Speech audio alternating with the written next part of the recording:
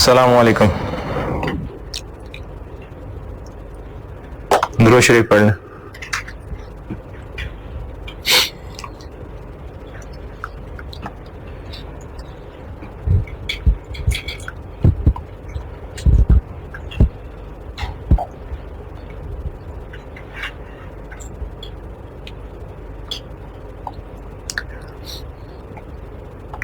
Homework दिए थे, अगर किए हैं आपने तो उसमें जो पॉसिबल मसले हो सकते हैं जो मुझे यहाँ क्लास वालों के सवालों से लगे हैं वो बता देता हूं।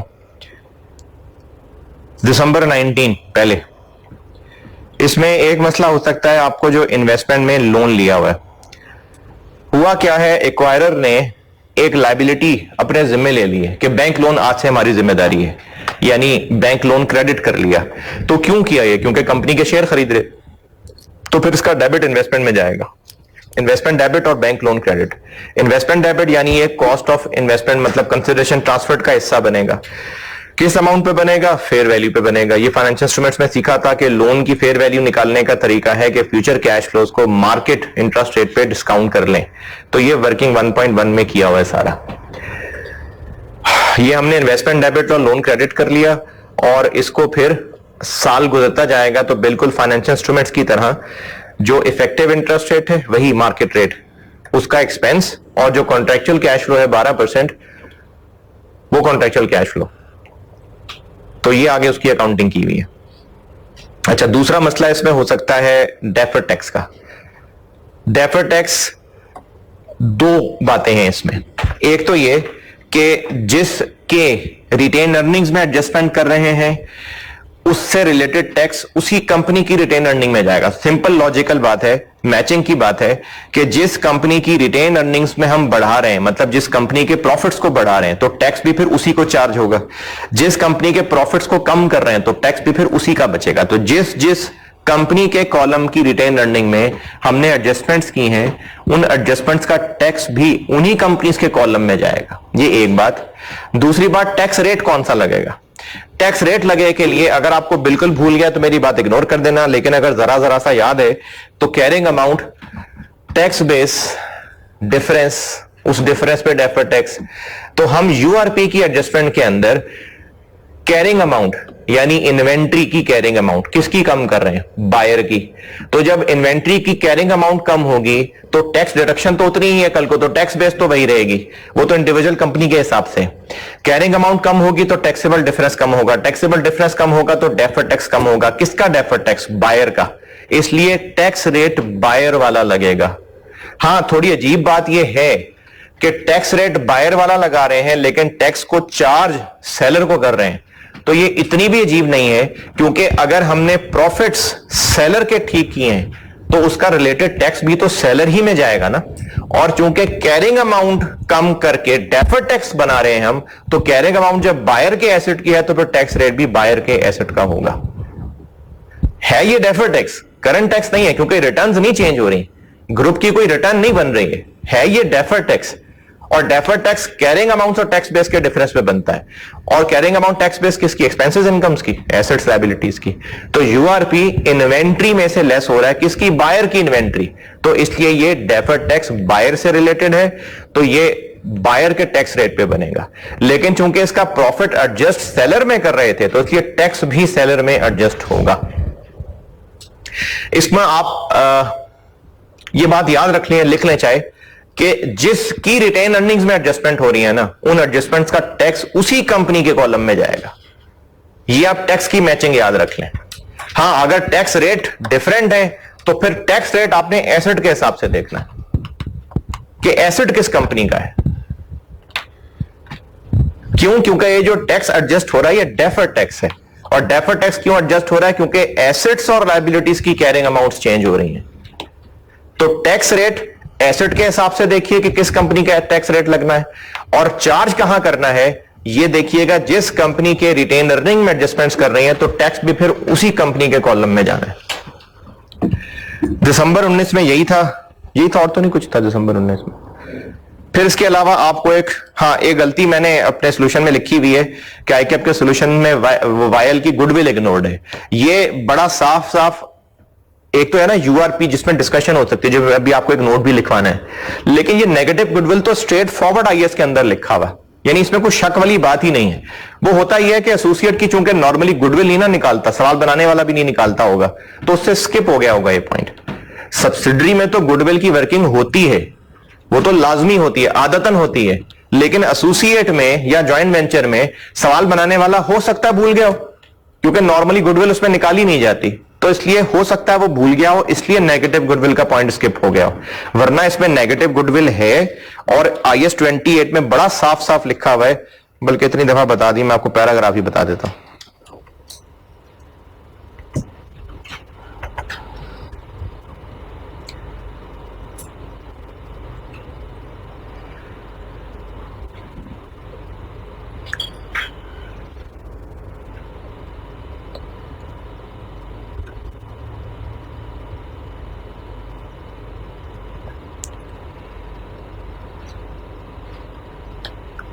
ये है जी पैराग्राफ 32, आईएएस 28 का पैराग्राफ 32 पढ़ लेना, उसमें बड़ा साफ साफ लिखा हुआ है इस बार्गेन परचेज नेगेटिव गुडविल के बारे में।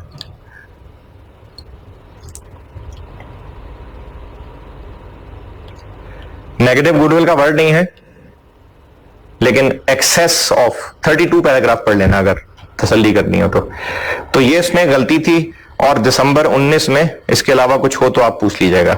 दूसरा होमवर्क मैंने दिया था स्टेप एक्विजिशन से रिलेटेड जून 2016 का, उसमें क्या पूछा था आपने, क्या पूछा था? वो तो खैर है, वो तो एनुटी डिस्काउंटिंग वाली बात है ना, बस हाँ लैंड का पूछा था, है ना?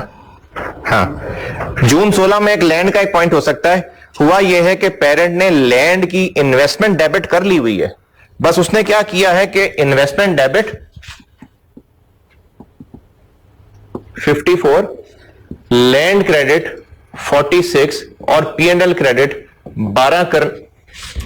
8 करने की बजाय गलती से उसने ये कुछ भी नहीं किया था और ये सारा का सारा 54 कर लिया था।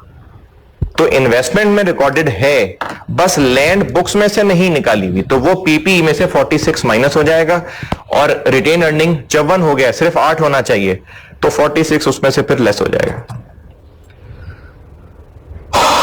ये इसमें एक पॉइंट था। और दूसरा वो ट्रीटमेंट मैंने लिखा हुआ है आईकेप के सोल्यूशन के अंदर, उन्होंने वो इंपेयरमेंट के एंगल से देखा हुआ है, उसको पुराना कॉन्सेप्ट लगाया हुआ है, असल में वो मॉडिफिकेशन है, तो वो बस सिर्फ आईएएस की अपडेशन की है, अदरवाइज ये भी एक मुनासिब सा सवाल था।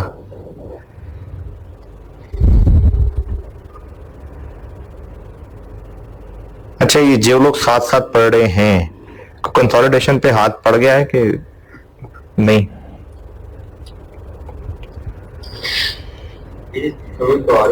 सवाल ही नहीं करते यार, तो फायदा क्या है? अच्छा, और भी कोई होमवर्क था? नहीं, वो रिप्लेसमेंट अवार्ड वाले, उसमें पूछना है कुछ? अच्छा, ऐसा करना कि एंड पे देखना, वो ना आधा घंटा निकल गया, मैंने ना बैलेंस शीट करानी है डिस्पोजल की, वो मैं करा लूं, अगर उसके बाद टाइम बच गया तो ठीक है, नहीं तो ब्रेक में पूछ लेना।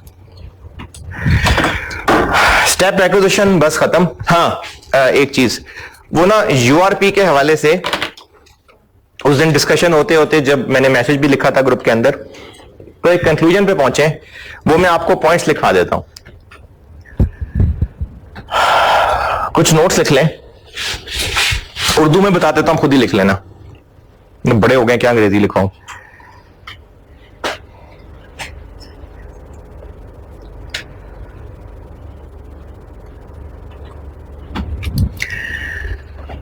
ये मैं आपको 2-3 बातें बता रहा हूं यूआरपी के हवाले से, चाहे वो गुड्स का यूआरपी हो, चाहे वो पीपीई का यूआरपी हो। पहली बात, बायर ने अगर उस एसेट को, चाहे वो इन्वेंट्री है, चाहे वो पीपी है, या जिस तरह उस दिन सवाल क्लास में मैंने किया था इन्वेस्टमेंट प्रॉपर्टी हो, अगर बायर ने अब आज उस एसेट में कोई वैल्यूएशन अपवर्ड कर ली हुई है, कोई वैल्यूएशन एडजस्टमेंट कर ली हुई है, और वो भी अपवर्ड, जैसे रिवैल्यूएशन कर ली है,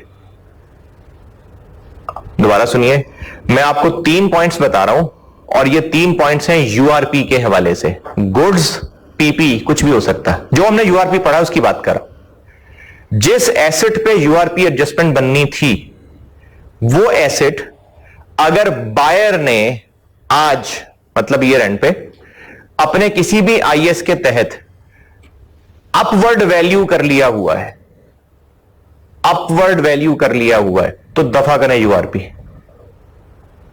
तो यूआरपी रहने दें।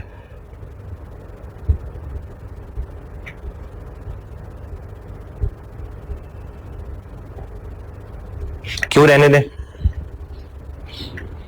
क्योंकि यूआरपी हम एडजस्ट क्यों करते हैं? क्योंकि एक कंपनी का दूसरे से कुछ कमाना मना है। क्यों एडजस्ट करते हैं यूआरपी? क्योंकि जिस चीज पे कमाया था वो आज बैलेंस शीट में मौजूद है और ओवरस्टेटेड है, इसलिए एडजस्ट करते हैं ना यूआरपी। अगर वो चीजें आज बिक गई होती तो फिर भी एडजस्ट करते, तो कमाने वाले ने तो फिर भी कमाया था। तो कमाना बुरा नहीं है, जिस चीज पे कमाया था वो आज भी बैलेंस शीट में हो और वो ओवरस्टेटेड हो, क्योंकि इसमें प्रॉफिट लोडेड है, इसलिए हम रिवर्स करते हैं। तो मैंने भी क्यों कहा कि अगर बायर ने सब्सिक्वेंटली उसको किसी भी आईएस के तहत अपवर्ड वैल्यू कर लिया हुआ है तो यूआरपी दफा करें। क्यों? क्योंकि वो ओवर वैल्यू नहीं है, उसने उसको फलाने आईएस के तहत अब प्रॉपरली ऊंची वैल्यू पे रख लिया हुआ है। तो अब जब वो किसी और आईएस के तहत वैल्यू पे आ चुका हुआ है तो फिर अब वो लोडेड वाली बात नहीं रही, अब प्रॉफिट लोडेड वाली बात नहीं है। प्रॉफिट लोडेड ना भी होता तो भी उसी वैल्यू पे ले आता ना बायर, तो फिर यूआरपी की एडजस्टमेंट की जरूरत नहीं है। इस बात का कॉन्टेक्स्ट है जो जून 18 में इन्वेस्टमेंट प्रॉपर्टी वाला पॉइंट, जो मैंने लास्ट क्लास में बोर्ड पे सॉल्व किया था और वो बाद में मैंने पीडीएफ चेंज कर दिया था। ये एक पॉइंट लिखवाया, लिख लिया, समझ भी आ गया। दूसरा पॉइंट, अगर बायर ने सब्सिक्वेंटली उस एसेट पे कोई वैल्यूएशन एडजस्टमेंट कर ली है और इतना नीचे ले गया है एसेट को कि यूआरपी से भी नीचे ले गया, यानी अगर बेचने वाले की कॉस्ट थी 40 और इसने इसको बेचा था 45 का, तो अपेरेंटली 5 प्रॉफिट लोडेड था ना। बायर के पास ये 45 पे आया, लेकिन एनआरवी राइट डाउन करने की वजह से वो 38 पे ले गया हुआ इसको, या प्रॉपर्टी थी रिवैल्यू कर लिया डाउनवर्ड 38 पे चला गया, मतलब इससे भी नीचे चला गया, तो फिर भी दफा करें यूआरपी को, फिर भी ना करें। देखें, हम एसेट में से यूआरपी इसलिए एडजस्ट कर रहे होते हैं कि एसेट ओवरसेटेड है, भाई इसकी तो औकात ही गिर गई है, तो अब कौन सा ओवरसेटेड है? तो अगर वो इतना नीचे चला गया हुआ है कि यूआरपी वाली अमाउंट से भी नीचे एडजस्ट कर गया हुआ है, तो फिर भी यूआरपी रहने दें। दो बातें की हैं, दोनों दोहरा रहा हूं। बायर ने अपने किसी रेलेवेंट आईएस के तहत उस एसेट को सब्सिक्वेंटली अपवर्ड वैल्यू कर लिया हुआ है, तो फिर यूआरपी ना करें एडजस्ट। दूसरी बात बताई, बायर ने सब्सिक्वेंटली किसी आईएस के तहत उसको डाउनवर्ड वैल्यू कर लिया हुआ है और इतना डाउन कर लिया हुआ है कि वो यूआरपी वाली अमाउंट से भी नीचे चला गया हुआ है, तो फिर भी यूआरपी के एडजस्टमेंट रहने दें। तीसरा नोट मैं आपको वैल्यू से समझा रहा हूं, सेंटेंस खुद बना लेना। अपेरेंटली यूआरपी कितना? 5, लेकिन बायर इसको 45 से 42 पे ले आया हुआ है, तो चूंकि बायर इसको 3 कम कर चुका है, तो हम यूआरपी भी 5 की बजाय 5 में से 3 माइनस करके 2 एडजस्ट करें। बायर अगर उसको किसी आईएस के तहत वैल्यू डाउनवर्ड कर चुका है, लेकिन वो जो डिक्रीज किया है उसमें वो इतना ज्यादा नहीं किया कि यूआरपी सारा ही उड़ गया, तो यूआरपी में से वो डिक्रीज माइनस करके बाकी यूआरपी यानी 2 रुपए का यूआरपी एडजस्ट करेंगे।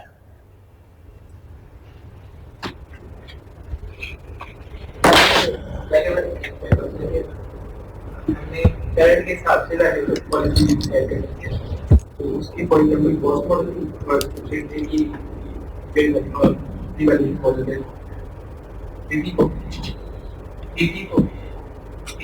हाँ हाँ रिवैल्यूएशन मॉडल में था एस का, अच्छा और टी का था कॉस्ट मॉडल। एस ने अब उसको बढ़ा दिया, लेकिन कंसोलिडेशन के रूल में सारे वो वापस ले आएगा। हाँ यहाँ पे फिर करनी पड़ेगी, अब वो वापस ले आएगा ना, तो मतलब उसने रिवैल्यू देखें, अगर पेरेंट के कॉस्ट मॉडल है और एस का रिवैल्यूएशन मॉडल है, तो हमने पहले तो पॉलिसी एडजस्टमेंट करनी है, उसकी रिवैल्यूएशन खत्म कर दी, तो अब वो वाला नोट खत्म हो गया, अब यूआरपी एडजस्ट होगा।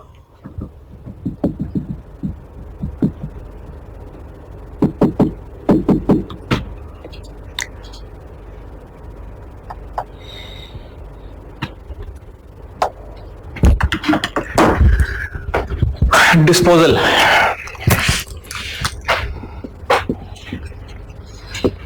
अच्छा किसका डिस्पोजल?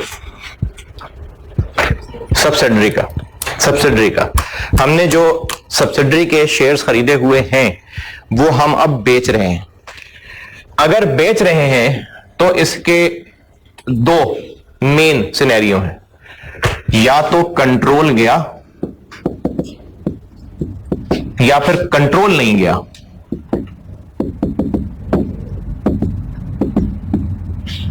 यानी पहले एस था, थोड़ा सा बेचा और बेचने के बाद अब भी एस ही है, तो बेचा है लेकिन कंट्रोल रिटेन्ड है, तो ये एस से गिर के एस में ही अटका हुआ है। हां पहले हमारे पास 80% शेयर्स थे, अब 70 रह गए, लेकिन है स्टिल एस, तो हम कहेंगे कि कंट्रोल रिटेन्ड है। और कंट्रोल अगर गया तो उसमें तीन बातें हो सकती हैं, या तो एस से गिर के बिल्कुल ही खत्म हो गया, यानी सारे बेच दिए, या एस से गिर के सिंपल इन्वेस्टमेंट पे आ गया, या एस से गिर के एसोसिएट पे आ गया।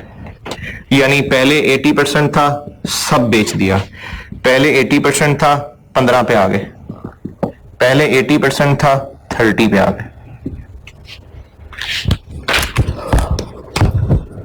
इसको कह लेते हैं फुल डिस्पोजल, और बाकी सारे पार्ट डिस्पोजल।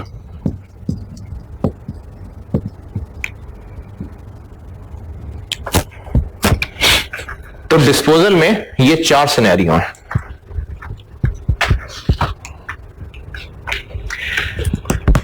पहले बैलेंस शीट पढ़ाता हूं।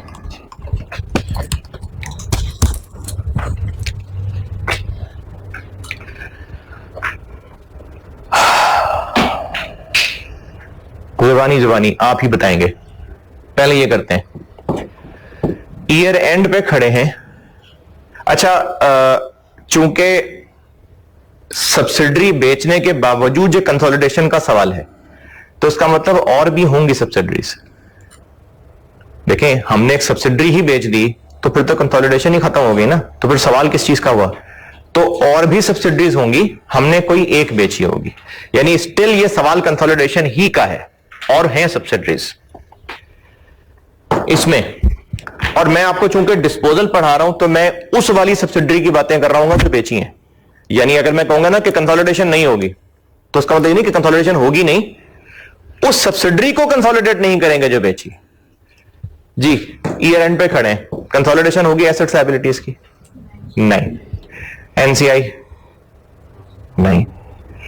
लेकिन जिस दिन तक वो सब्सिडरी रही है, उस दिन तक वो सब्सिडरी तो रही है इज्जत के साथ, तो उसके अदर रिजर्व्स और रिटेन अर्निंग में हमारा हक है, वो आएगा। सब्सिडरी जिस दिन तक रही है, पहले मैं आपसे ये डिस्कस कर रहा हूं।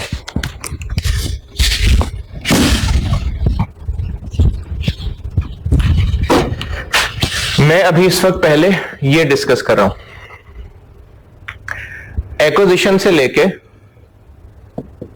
ईयर एंड, ये डिस्पोजल है। हम ईयर एंड पे खड़े हैं, ईयर एंड पे सब्सिडरी है? नहीं। तो कंसोलिडेशन नहीं होगी, कंसोलिडेशन नहीं होगी तो एनसीआई नहीं होगी।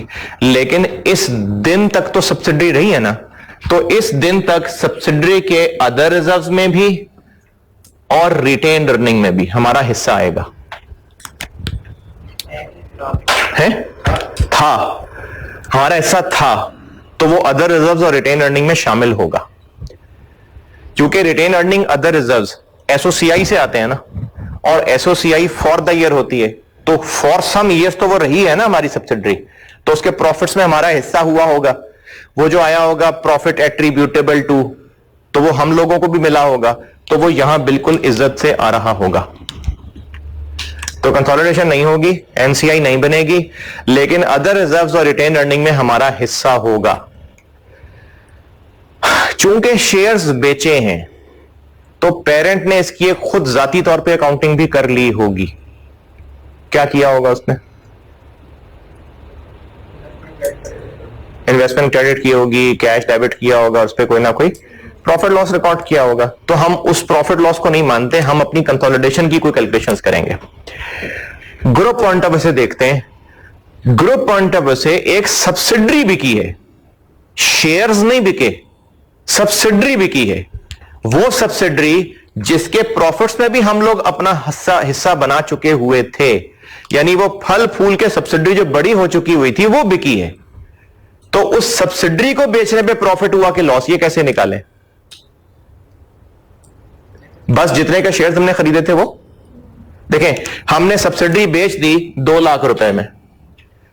जब सब्सिडरी को खरीदा था तो इस शेयर्स को खरीदने पे 80,000 रुपए लगे थे, तो 2 लाख से बस 80,000 माइनस कर दें प्रॉफिट निकालने के लिए। नहीं, सिर्फ शेयर्स नहीं बिके, सब्सिडरी ही गई, मतलब दुनिया ही लुट गई।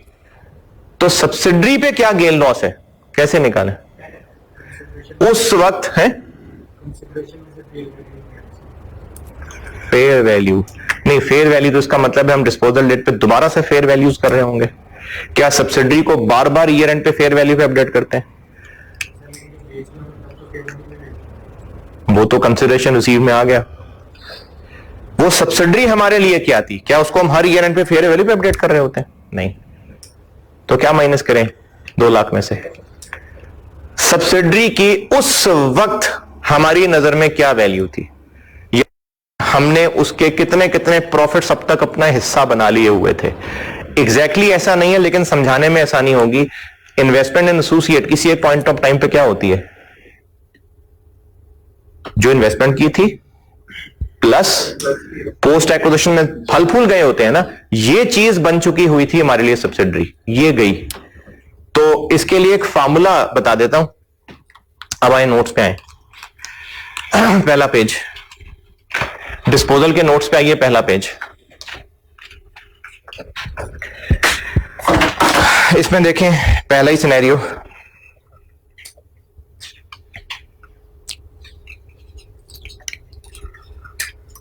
पॉइंट नंबर 1 कोई कंसोलिडेशन नहीं, point number 2 other reserves disposal date तक हमारा हिस्सा है, पॉइंट नंबर 3 ए और बी बता चुका, सी समझाता हूं अभी।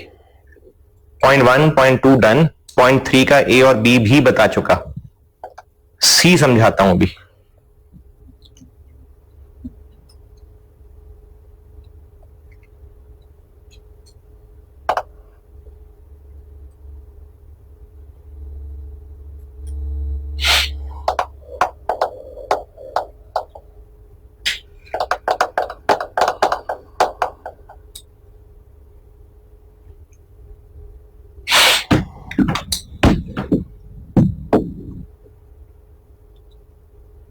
जी पॉइंट 1 2 और 3 का ए बी,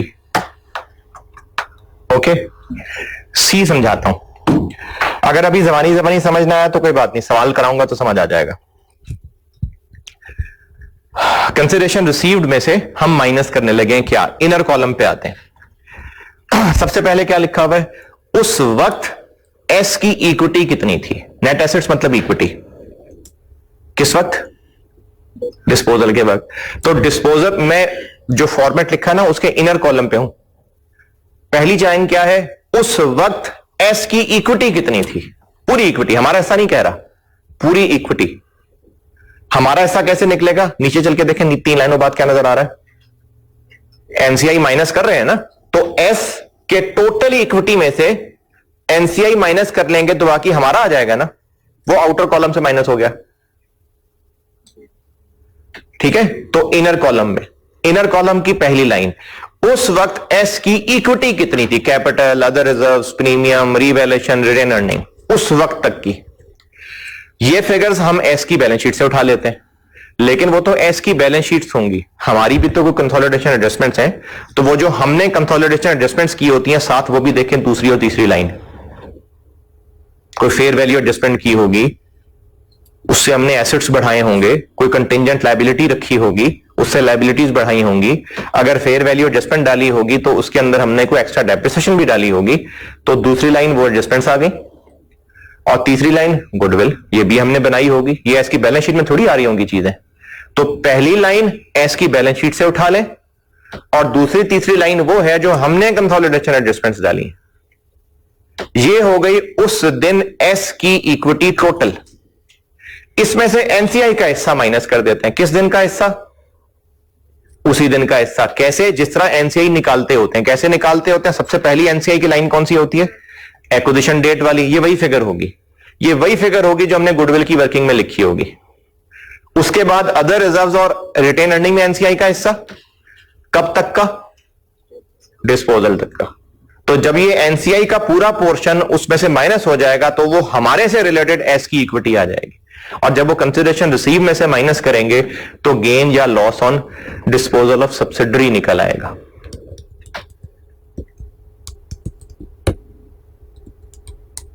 अगर कुछ कच्चा कच्चा है तो भी सवाल में पक जाएगा,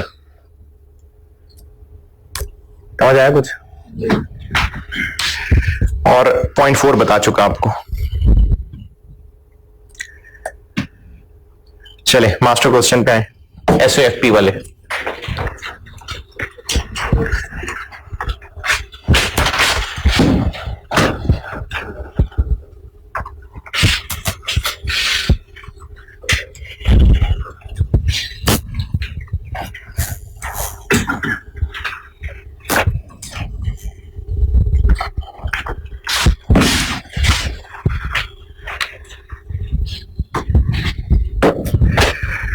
और ये करता हूं बोर्ड पे,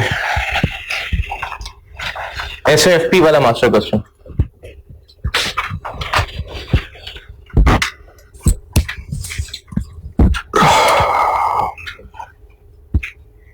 ये सॉलिड लिक्विड गैस वाला।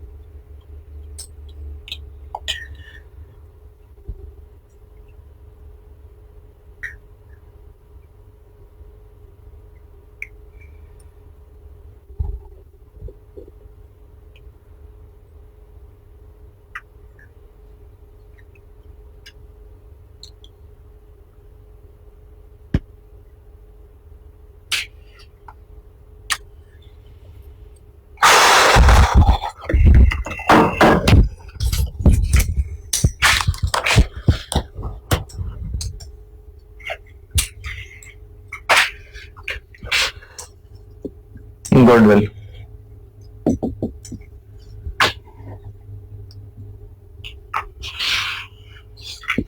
Investment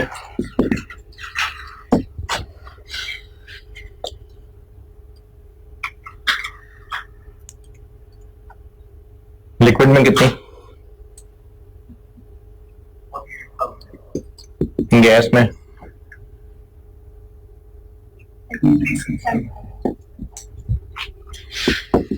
fair value of NCI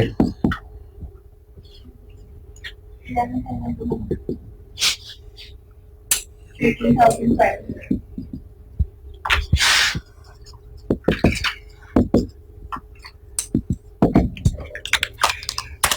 capital liquid का 40, इसका 30, और कुछ other reserves 2,500. Retained earnings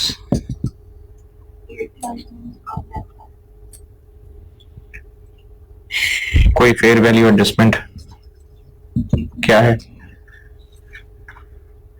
3,000. Building है, लिक्विड में 2000, पॉजिटिव नेगेटिव 3,000. पॉजिटिव और 2000.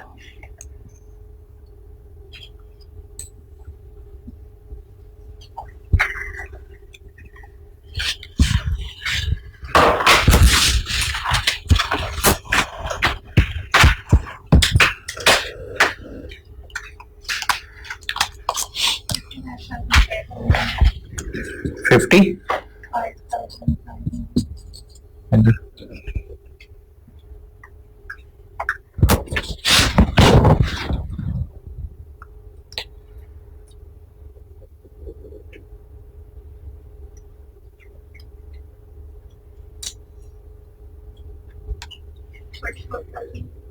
44,000.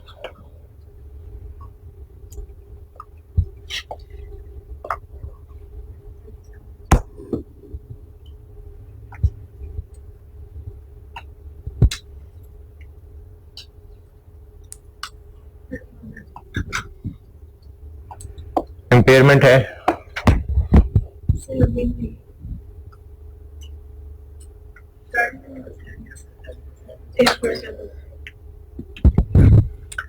370 और 310.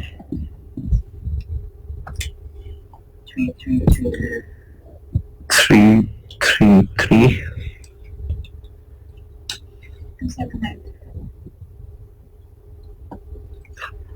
ये होगी गुडविल.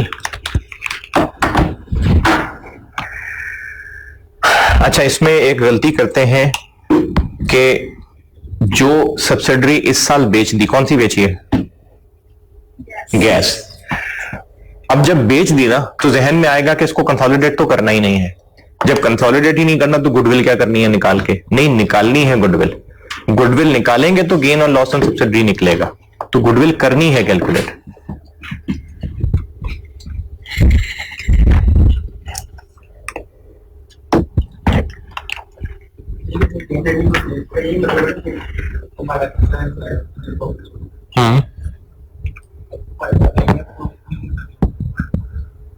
लेकिन एक वक्त तक तो रहा है ना. हाँ, तो जब तक रहा है तब तक तो नहीं देखें. अच्छा, एक बार मैं गेन ऑन डिस्पोजल जब निकाल लूं ना, जब सामने फिगर लिखी हो फिर पूछना, हो सकता है फिर आपका जवाब सवाल खत्म हो जाए, लेकिन फिर भी तब पूछना. अदर रिजर्व्स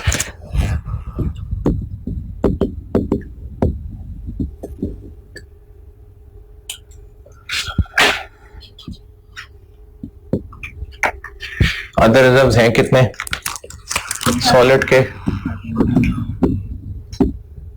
14,000, लिक्विड के 7,000, गैस के 5,000, लेस फ्री 4,500, 2,000.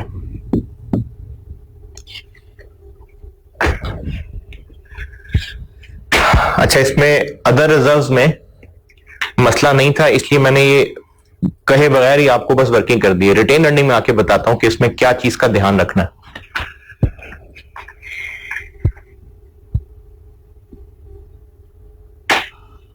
$25,000 और इसमें हमारा हिस्सा आ जाएगा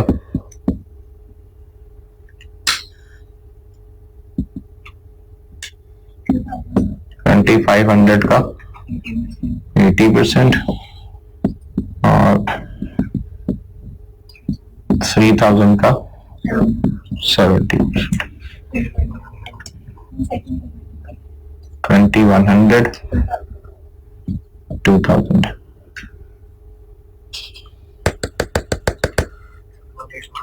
18100।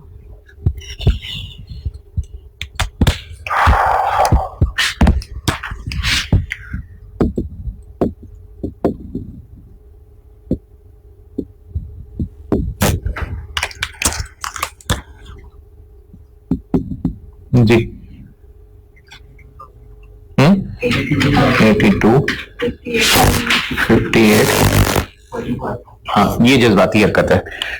हमने इस सब्सिडरी की रिटेन अर्निंग्स कब तक अपना हक बना के कंसोलिडेट करनी, कंसोलिडेट तो खैर नहीं, इसकी रिटेन अर्निंग में अपना हिस्सा कब तक लगाना है? डिस्पोजल डेट तक।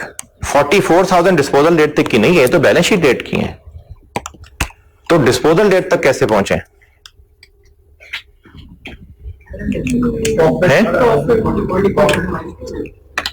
क्यों? अच्छा, और प्री किधर गई? चलें ठीक है, ऐसे कर लें। अच्छा ठीक है, चले। हाँ जी, 44 की जगह क्या लिखो?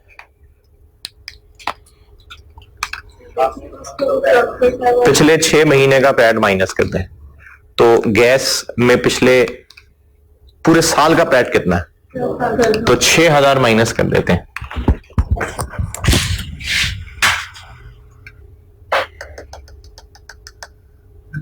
$38,000।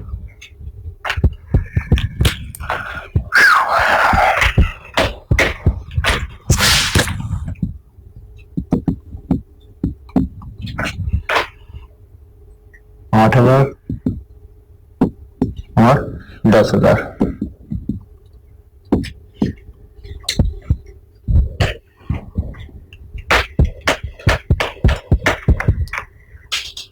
कोई एडजस्टमेंट? जी, फेयर वैल्यू एडजस्टमेंट की डेप्रिसिएशन है।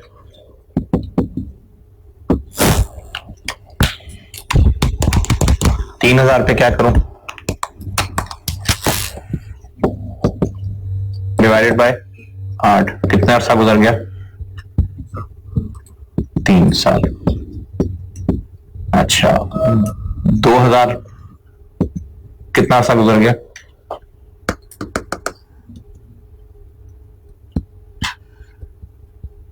1.5 साल डिवाइडेड बाय 8।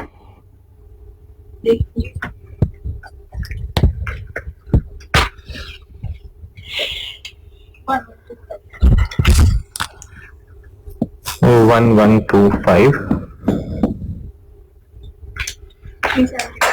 375।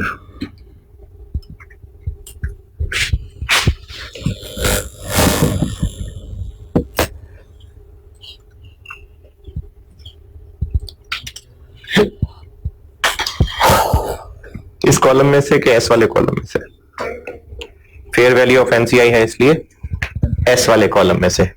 तो यहां से निकल जाएगी 370 और यहां से निकल जाएगी 310।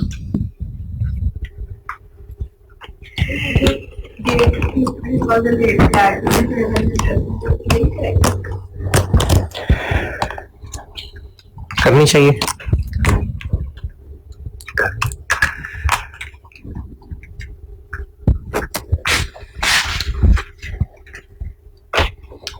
फिर क्यों दी हुई है?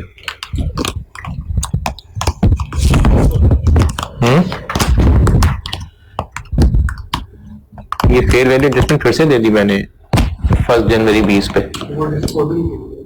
क्या? क्या डिस्पोजल की?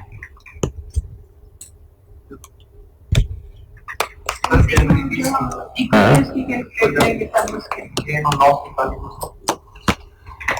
अच्छा चले भी निकालूंगा तो बताइएगा।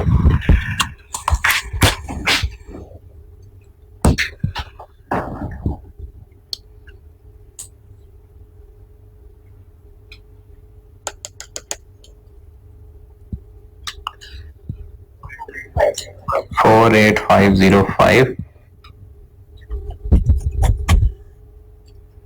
27315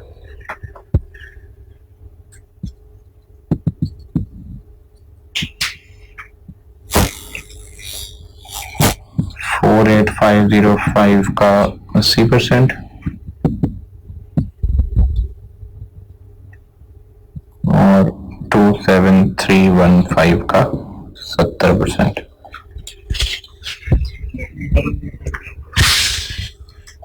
38804 19120 1 चलें जी 1 कर लें। नहीं अभी और भी चीजें हैं। और क्या है जो इसने सब्सिडरी बेची है उसका गेन लॉस आना है, और जो पेरेंट ने खुद से ही शेयर्स बेच के गेन लॉस रिकॉर्ड कर लिया होगा वो रिवर्स कर देते हैं। तो पेरेंट ने शेयर्स बेचे कितने हैं? सारे, यानी कितने? 2100। खरीदा कितने का था? अच्छा बल्कि टोटल से कंपेयर कर लें, सारे कितने के बेचे?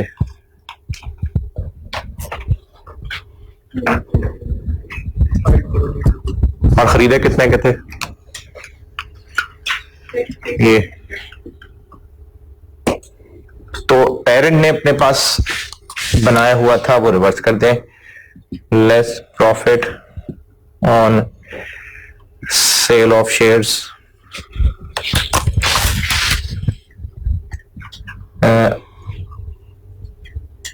कितने? 58800 के बेचे हैं और 33600 के खरीदे थे।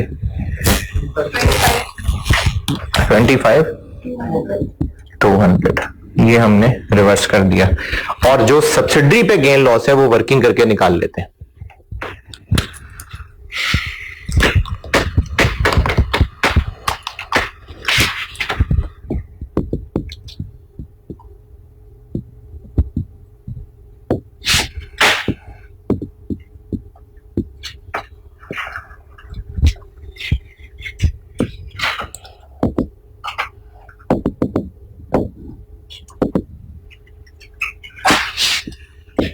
तो शेयर्स बेचे हैं कितने का? एक 28 58,800।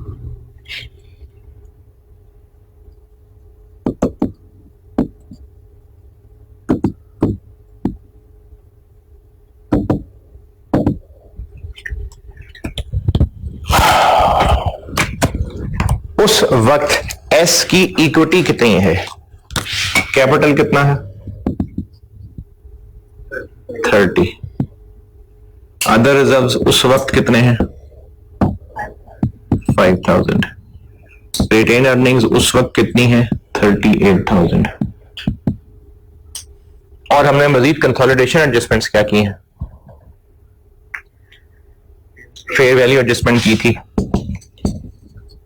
फेयर वैल्यू एडजस्टमेंट की थी 2000 की, लेकिन उसमें से उड़ा दिया 375।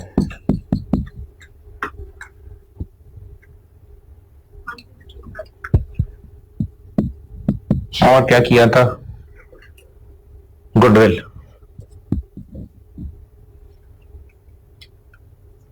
2790। तो जो इसकी फिगर्स हैं एस की इक्विटी की और जो हमने एडजस्टमेंट्स की थी, कंटिंजेंट लायबिलिटी होती वो भी ले आता मैं यहां पर। तो हम हम जो सब्सिडरी को बेच रहे हैं वो सब्सिडरी उस वक्त थी इतनी, और इसमें से एनसीआई माइनस कर दें तो बाकी हमारा है। इसमें से माइनस कर देते हैं एनसीआई।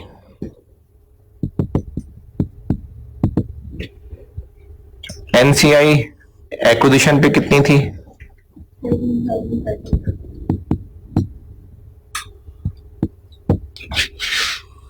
13,500। अदर रिजर्व्स में एनसीआई का हिस्सा वही जिस पे अपना लगाया उस पे एनसीआई का, यही जिस पे अपने हिस्से लगाया ना, ये अदर रिजर्व पे लगाया, इधर रिटेन अर्निंग पे लगाया, तो जिस पे अपने हिस्से लगाए हैं उसी पे एनसीआई के हिस्से लगा ले। तो अदर रिजर्व में 3,000 पे,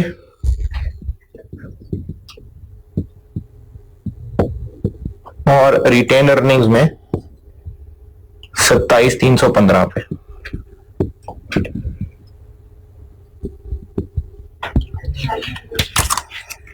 $900 8195। तो ये सारा वो आ जाएगा जो हमारा था।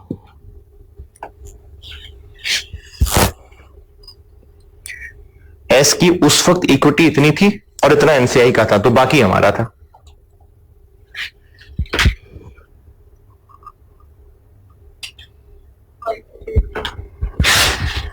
Five four. तो हमने गेन कमाया फिर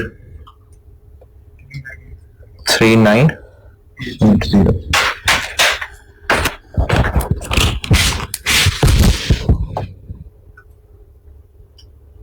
ठीक, हाँ जी, अब बोलिए।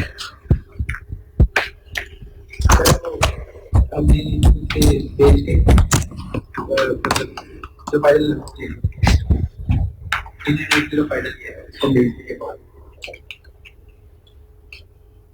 जितने आज तक प्रॉफिट्स कमाए थे वो सब ये हैं, उनके और ऊपर ये कमाया है, तो वो जो थे उनको तो अपना हिस्सा मानना है ना। ये उससे हुए ऊपर एक्स्ट्रा कमाया है, तो इसलिए वो सब माइनस करेंगे तो ये वो एक्स्ट्रा वाला निकला।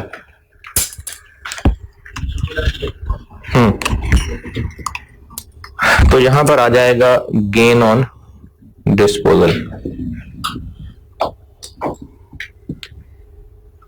3980, और इस रिटेन अर्निंग का ग्रैंड टोटल आ गया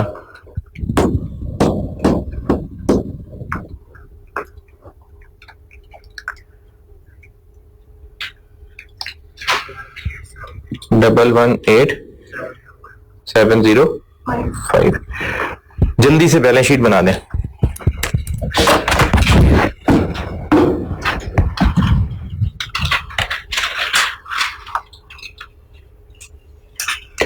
और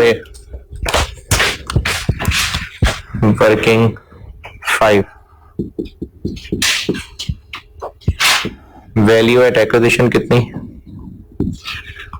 ये कौन सी आंसर? अब तो खत्म हो गया सब, जो लिक्विड वाली 11,200, और इसका अदर रिजर्व्स में हिस्सा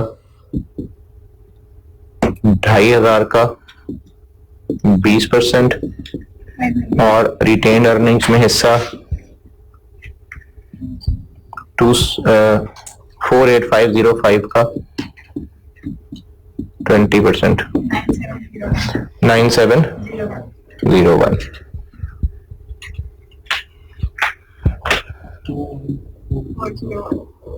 चले बैलेंस शीट बनाएं।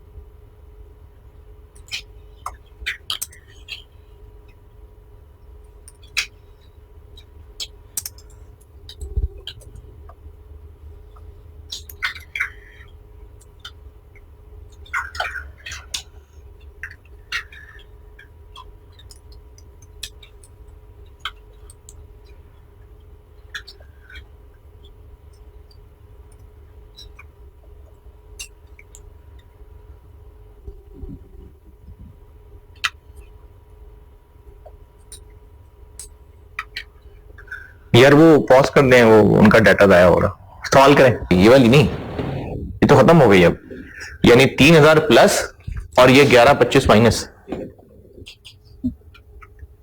तो पीपी बन जाएगा। अरे अच्छा ठीक है, कब किया ऑन?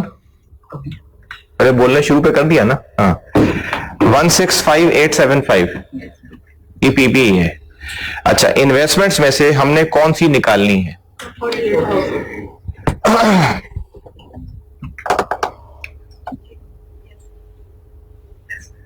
क्यों? दूसरी वाली वो बेच चुका है तो वो तो वैसे ही निकाल चुका होगा। जो लिक्विड में है वही इसकी इन्वेस्टमेंट्स में आ रही होगी। जो गैस बेच दिया वो तो उसने बेच दी, वो तो investment credit, cash debit, profit on sale of shares credit, तो वो खत्म कर चुका हुआ अपने पास से।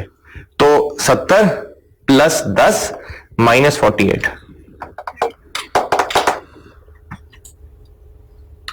और गुडविल तो ये वाली आएगी, ये तो खत्म हो गई।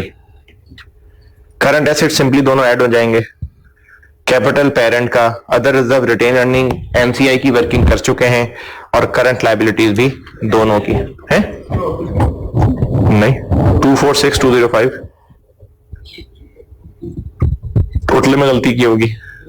इन्वेस्टमेंट्स आ रही हैं 32,000, आपने वो ऐड नहीं की होनी, लिक्विड वाली इन्वेस्टमेंट 10,000। लिक्विड की बैलेंस शीट में भी तो इन्वेस्टमेंट्स आ रही है ना, तो वो है कोई अदर इन्वेस्टमेंट्स। हाँ जी, बैलेंस शीट डन।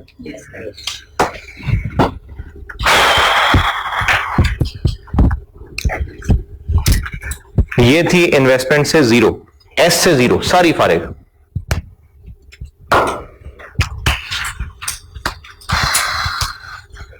इसमें कोई सवाल परेशानी? ये जो एडजस्टमेंट कर रहा है, ये सारी फ्री के कैसे?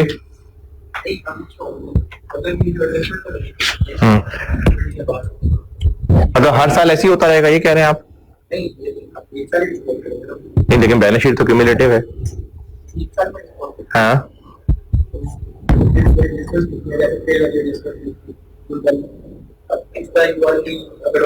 यूआरपी नहीं होता, क्योंकि हम जब ईयर एंड पे कंसोलिडेट ही नहीं कर रहे, जब हम उसको कंसोलिडेट ही नहीं कर रहे, तो उसके बेचे हुए में से अगर कुछ हमारे स्टॉक में पड़ा है तो पड़ा।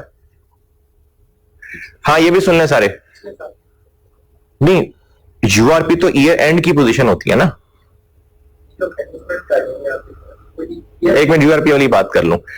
हम जब इस गैस को कंसोलिडेट ही नहीं कर रहे, तो इसके बेचे हुए में से अगर कुछ हमारे स्टॉक में पड़ा भी होता तो पड़ा होता।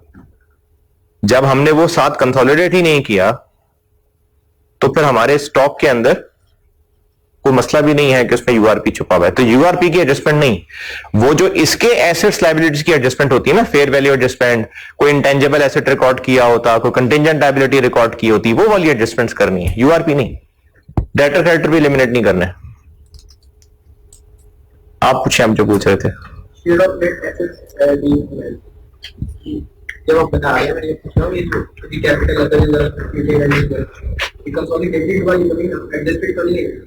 ये उसकी अपनी जाती है, जो एडजस्टमेंट थी वही है। यहाँ पूछ रहा हूँ, मतलब अभी 10 साल हो गया हमारे सबसे, उन 10 सालों में जितना भी यूआरपी आया है, नहीं, जो यूआरपी था वो अब यूआरपी नहीं होगा ना, वो तो रियलाइज हो गया, खत्म हो गई बात। यूआरपी तो एक point of time, year and की चीज है। पिछले ईयर्स में जो बेचा खरीदा होता है, क्या वो सारा आज इन्वेंट्री में आ रहा होता है? नहीं, तो फिर यूआरपी भी नहीं होता। यूआरपी तो सिर्फ ईयर एंड की पॉइंट ऑफ टाइम की चीज है।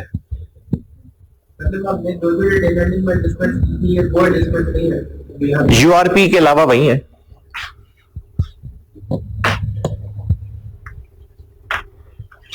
इंपेयरमेंट इसमें से लेस हुई भी है, ये इसमें से लेस कर दी हुई है, यानी हाँ बिल्कुल। अच्छा, यूआरपी एडजस्ट कर दें, उसका दूसरा फैक्ट इन्वेंट्री में से लेस करना है।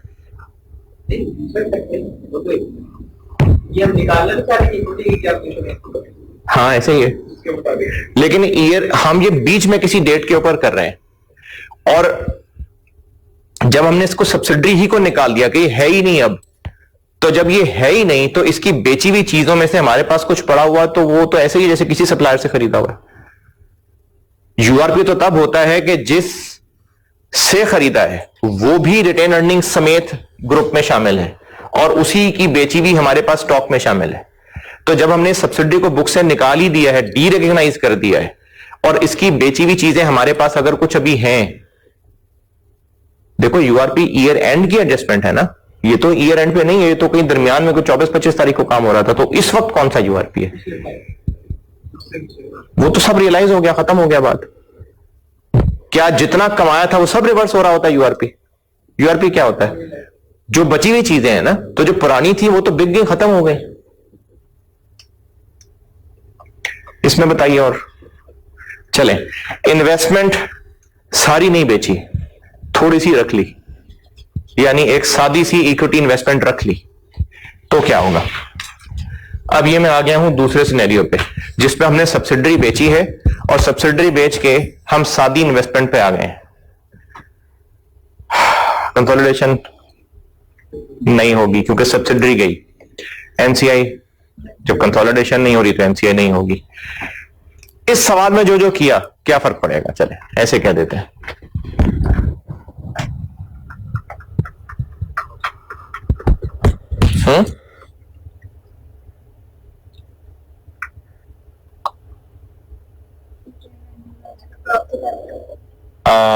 कौन सा प्रॉफिट? अच्छा चले, इस पे गौर करें, इस पे गौर करके बताएं, ये ऐसी रहेगी या इसमें कुछ फर्क पड़ेगा? हमारे पास 70% शेयर्स थे, हमने 60% बेच दिए, 10% अब भी बच गए, इस पे क्या फर्क पड़ेगा? ये हमारे पास 70% थे, एनसीआई कितनी थी? 30। ये पूरा 100, इसमें से 30 माइनस, ठीक है, ये 70 को रिप्रेजेंट कर रहा है, जबकि बेचे हमने कितने? सिर्फ 60। तो ये फेयर है? क्या करूं? हैं? चेंज कर लूं? अच्छा सवाल है, क्या चेंज कर लूं? यानी इसको 60 कर लूं? दोबारा देखें, हमारे पास 70 शेयर्स थे एस के, हमने 60 बेच दिए, चूंकि 70 हमारे पास है तो एनसीआई 30 थी, तो ये 100 माइनस 30, तो ये 70 है ना, लेकिन हमने बेचे कितने? तो ऊपर कितने को लिखा हुआ? तो ये तो अनफेयर हो गया, इसको 60 कर लो। नहीं, इसको 70 कर देते हैं। कैसे? जो 60 हमने बेचे इतने के बेचे, और जो बाकी 10 रखे वो उस वक्त कितने के हैं। ये मैंने लाइन इधर बीच में छोड़ी हुई है। एक लाइन यहां आ जाएगी कि जो इन्वेस्टमेंट हमने रखी हुई है उसकी उस वक्त कितनी फेयर वर्थ है, वो यहां पर आ जाएगी। 60% इतने के बेचे, जो 10% अपने पास हैं उनकी इस वक्त कितनी वर्थ थी, ये यहां पर आएगा, फिर से ही गेन निकलेगा। एक ये फर्क पड़ेगा। और बताएं इसको देख के कहां फर्क पड़ेगा?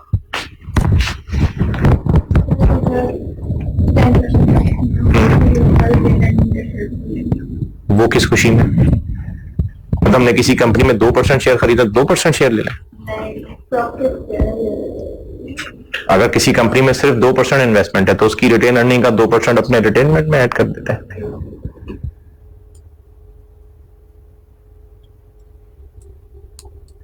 हाँ जी, अब वो जो सादी इन्वेस्टमेंट बच गई है, अगर उसको IFRS 9 पे ही रखना है तो ईयर एंड पे आके शायद उसको फेयर वैल्यू पे अपडेट करना पड़े। एक सादी इन्वेस्टमेंट है वो, ये एक काम आ जाएगा और बाकी सब ऐसा ही है।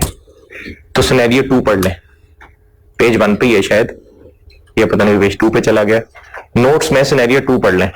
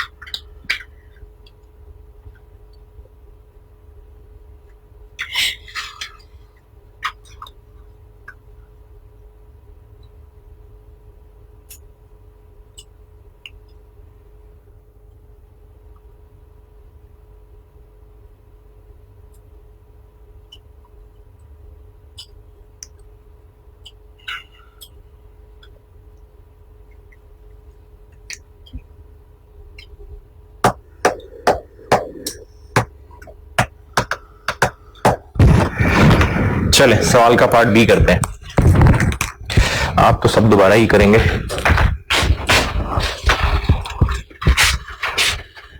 पार्ट बी में क्या हो रहा है?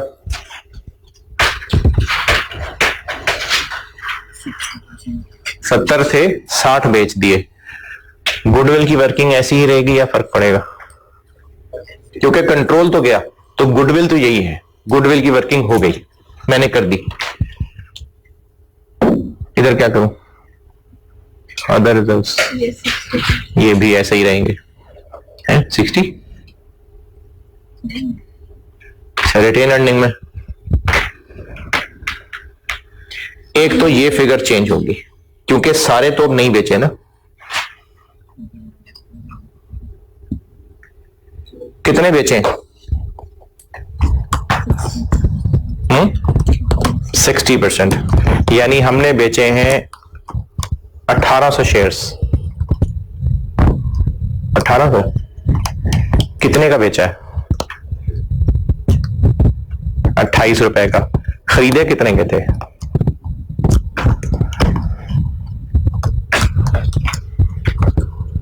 खरीदे कितने थे हमने?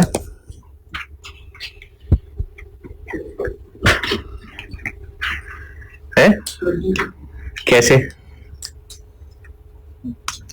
हमने खरीदे कितने थे? 48 लिक्विड है। हमने 33,600 रुपए के कितने शेयर खरीदे थे? 2100। तो एक कितने का था? 16 का। तो 16 का खरीदा था, 28 का बेच दिए, कितना कमाया? 12।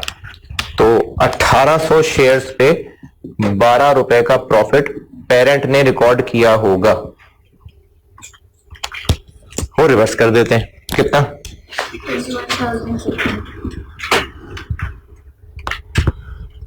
और इधर क्या करूं?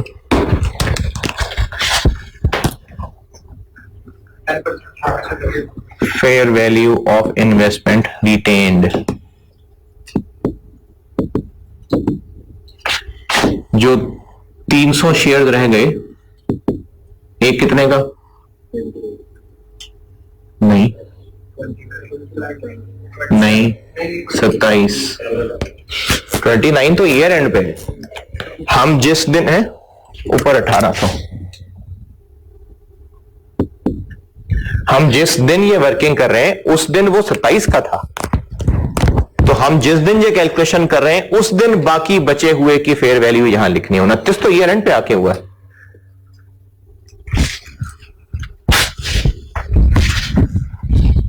ये कितना बन गया, ये ऊपर वाला 50 400, ये 1800।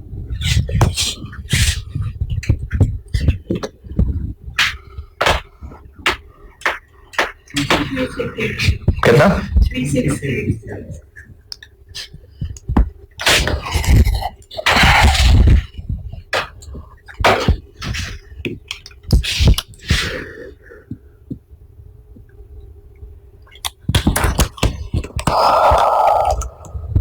और कुछ रिटेन अर्निंग्स में उस बचे हुए को ईयर एंड पे फिर अपडेट करना है आईएफआरएस 9 के मुताबिक। तो कहां से कहां तक लाना है, 27 से 29 तक लाना है। तो वो जो साथ आए फेयर वैल्यू गेन है वो भी ऐड हो जाएगा।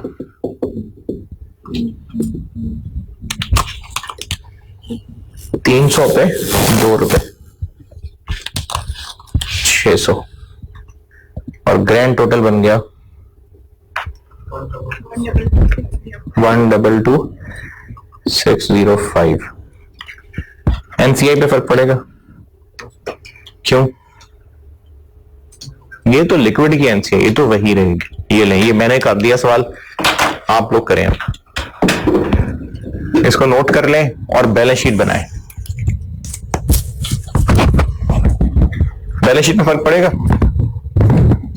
हाँ पड़ेगा। एक तो ये फिगर्स चेंज हुई हैं, और भी देखें, इन्वेस्टमेंट को केयरफुली देखें। ये करें नोट और बैलेंस शीट बनाएं।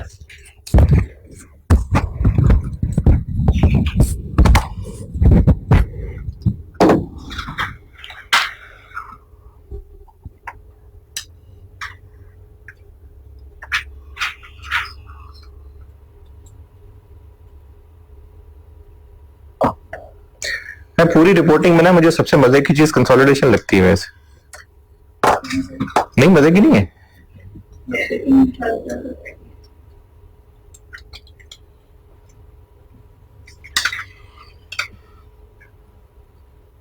सर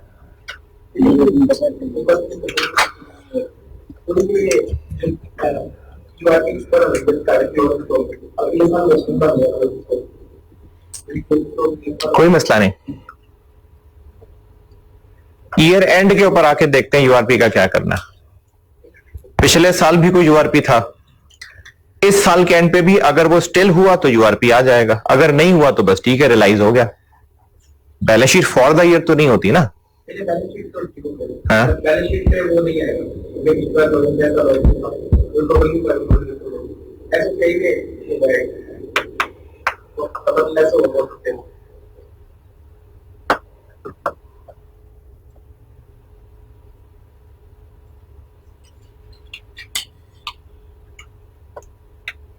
एसओसीआई में, मेरे ख्याल में एसओसीआई में भी वो कवर हो ही गया शायद।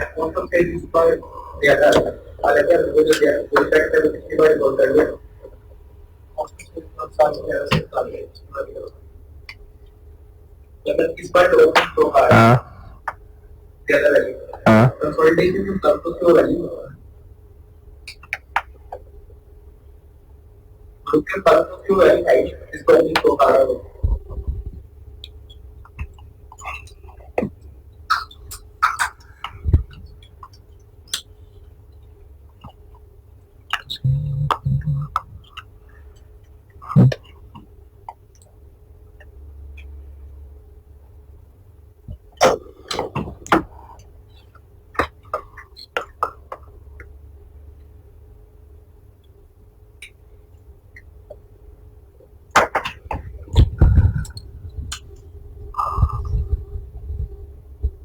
अच्छा, ये आप लेक्चर पॉज करके सारे को नोट करें, जल्दी करें, इतनी देर लगा दी, और बैलेंस शीट बनाएं। ये सारे बोर्ड की सैर करा के ना पॉज कर दीजिएगा। इतनी स्लो करें कि वो पॉज भी कर सकें, हम तेज घुमा रहे हैं।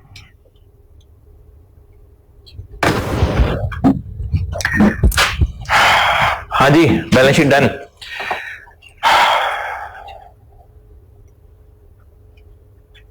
पीपी तो वही रहेगा क्योंकि हमने जो सब्सिडरी रिटेन की है उसमें थोड़ी कोई चेंज की है, तो पीपी तो उसी को कंसोलिडेट करना था। PP, current assets, current liabilities, इन पे नहीं फर्क पड़ेगा, एनसीआई पे भी फर्क नहीं पड़ेगा। पिछले सवाल से कंपेयर करके PPE, current assets, current liabilities, NCI, इस पे फर्क नहीं पड़ेगा।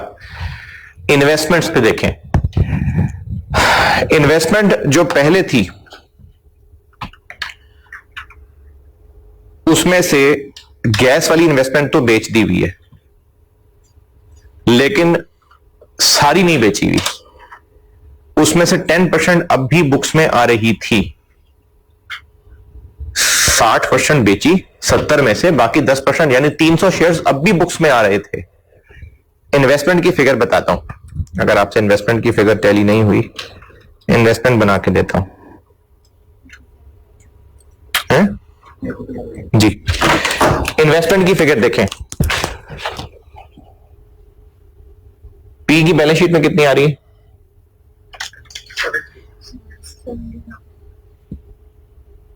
और लिक्विड की बैलेंस शीट में?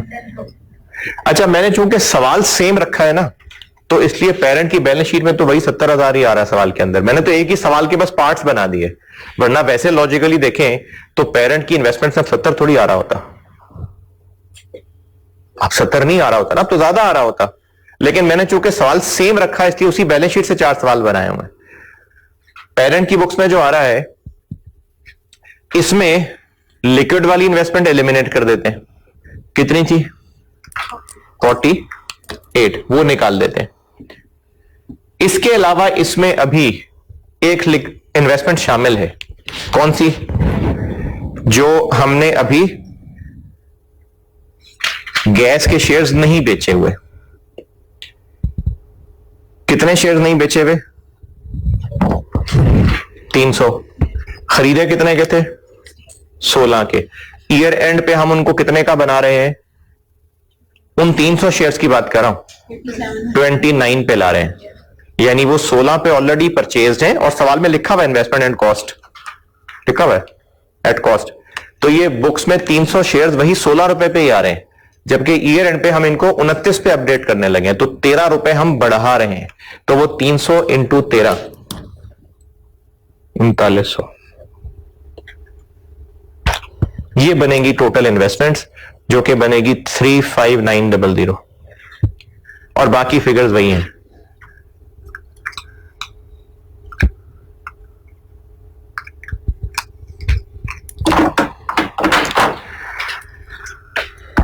चलिए एक और करते हैं, फिर क्लास चेंज करेंगे।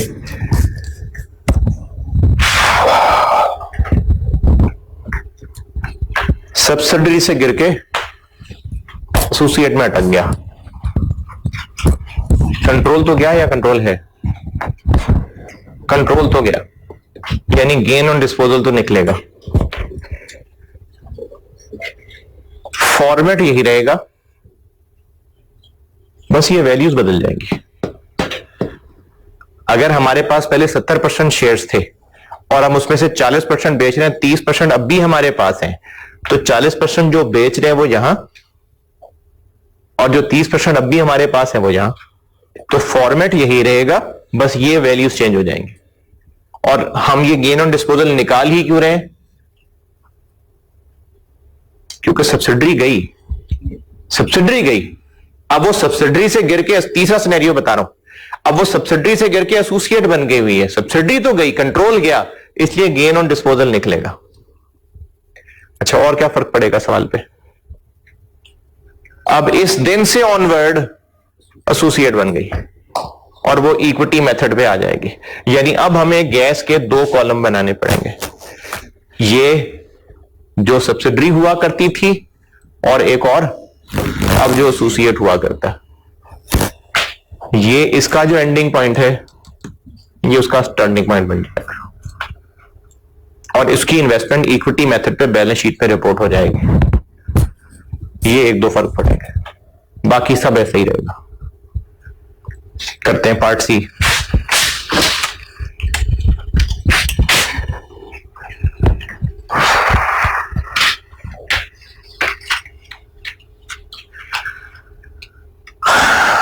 गुडविल यही रहेगी, यस में कुछ चेंज आएगी? गुडविल यही रहेगी। अच्छा, मुझे वहां जगह चाहिए। अदर रिजर्व्स 1 जनवरी के बाद कोई है ही नहीं। कैसे पता नहीं है? एक्चुअली साल में ही नहीं है, इस साल में है ही नहीं। इसका मतलब एसोसिएट का इसमें कोई हिस्सा नहीं आना, तो इसलिए मैं ये पोर्शन मिटा रहा हूं। ये यहां पर आ जाएगा अब जी, जो कि हमारा ए होगा, और इसका स्टार्टिंग पॉइंट होगा जो इसका एंडिंग पॉइंट था 38, और इसका एंडिंग पॉइंट क्या होगा जो अभी बैलेंस शीट में आ रहा है 44।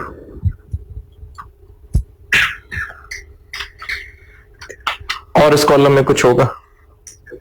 हाँ, अब देखें, इसलिए मैंने दी हुई थी सवाल में। अब ये एसोसिएट कब बनी है? 1 जनवरी 20। अब 1 जनवरी 20 से ऑनवर्ड इसको एसोसिएट समझ लेते हैं, तो उसमें भी तो होती है ना फेयर वैल्यू एडजस्टमेंट। ये इसलिए दी हुई है मैंने सवाल में 1 जनवरी 20 की फेयर वैल्यू एडजस्टमेंट।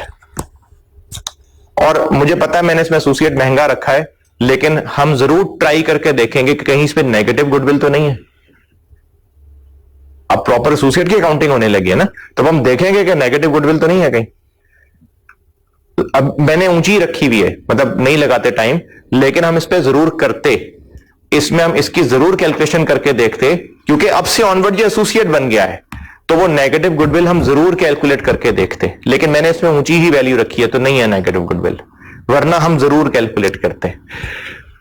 तो अब यहां पर क्या फिगर लिखूं? ये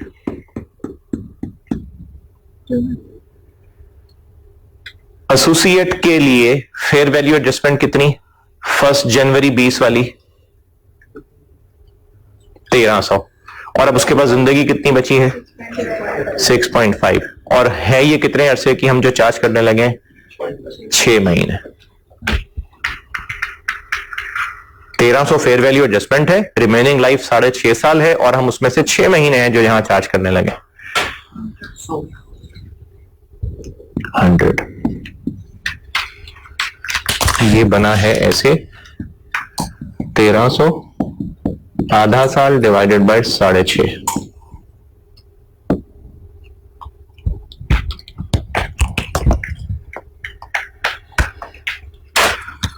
ये आ जाएगा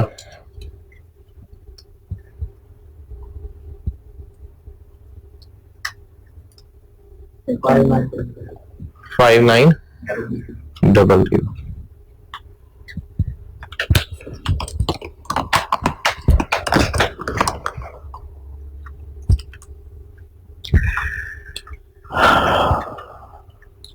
एनसीआई वही पिछले सवाल वाली रहेगी, मुझे जगह चाहिए इसलिए मिटा रहा हूं एनसीआई।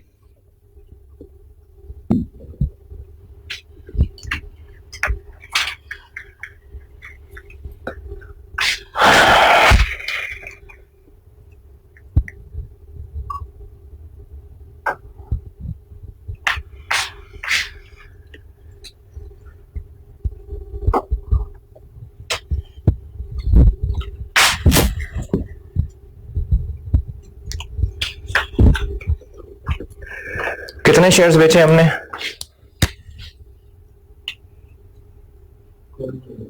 कितने का एक? 27।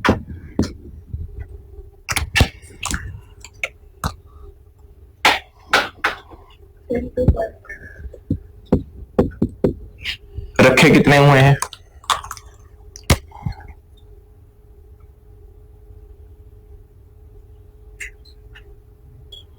900।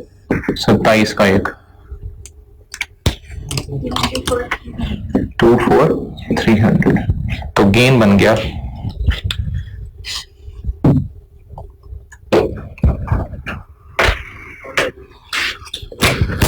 1880।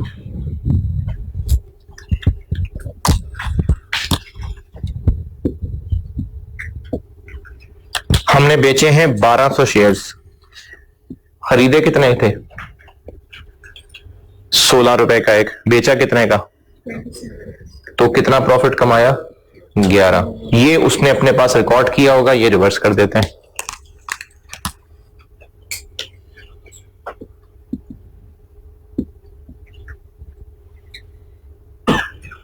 और लास्ट चीज, एसोसिएट का शेयर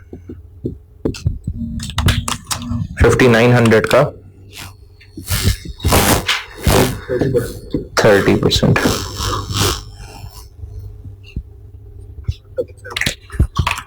वन, तो इसका ग्रैंड टोटल बन गया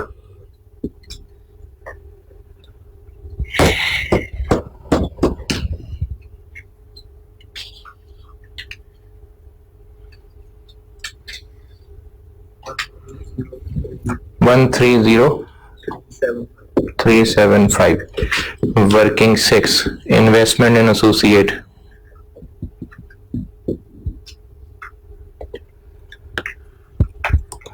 इक्विटी मेथड।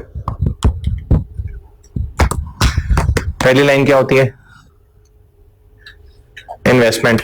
अच्छा, अब ये वहां जनरेट हुई है जब हमने सब्सिडरी बेची है, यानी कितने से स्टार्ट होगी ये? अभी अभी हमने एसोसिएट बनाई है ना, तो ये 24,300 से शुरू होगी।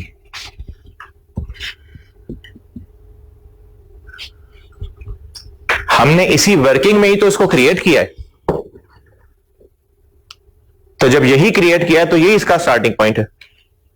और अब इससे ऑनवर्ड जो 6 महीने गुजरे, रिटेन अर्निंग में हमारा हिस्सा ये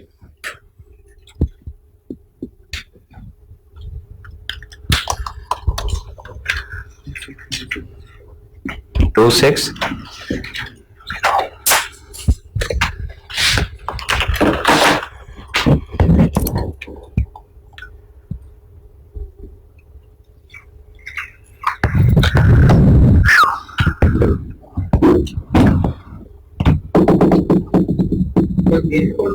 किसका?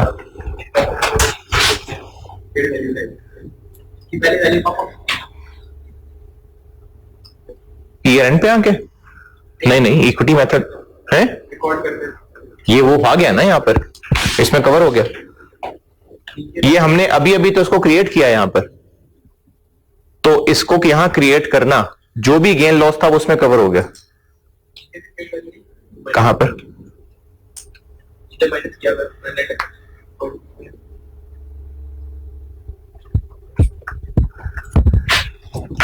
ये पार्ट सी है, ये मैंने किया है, आप करें और बैलेंस शीट टैली करें।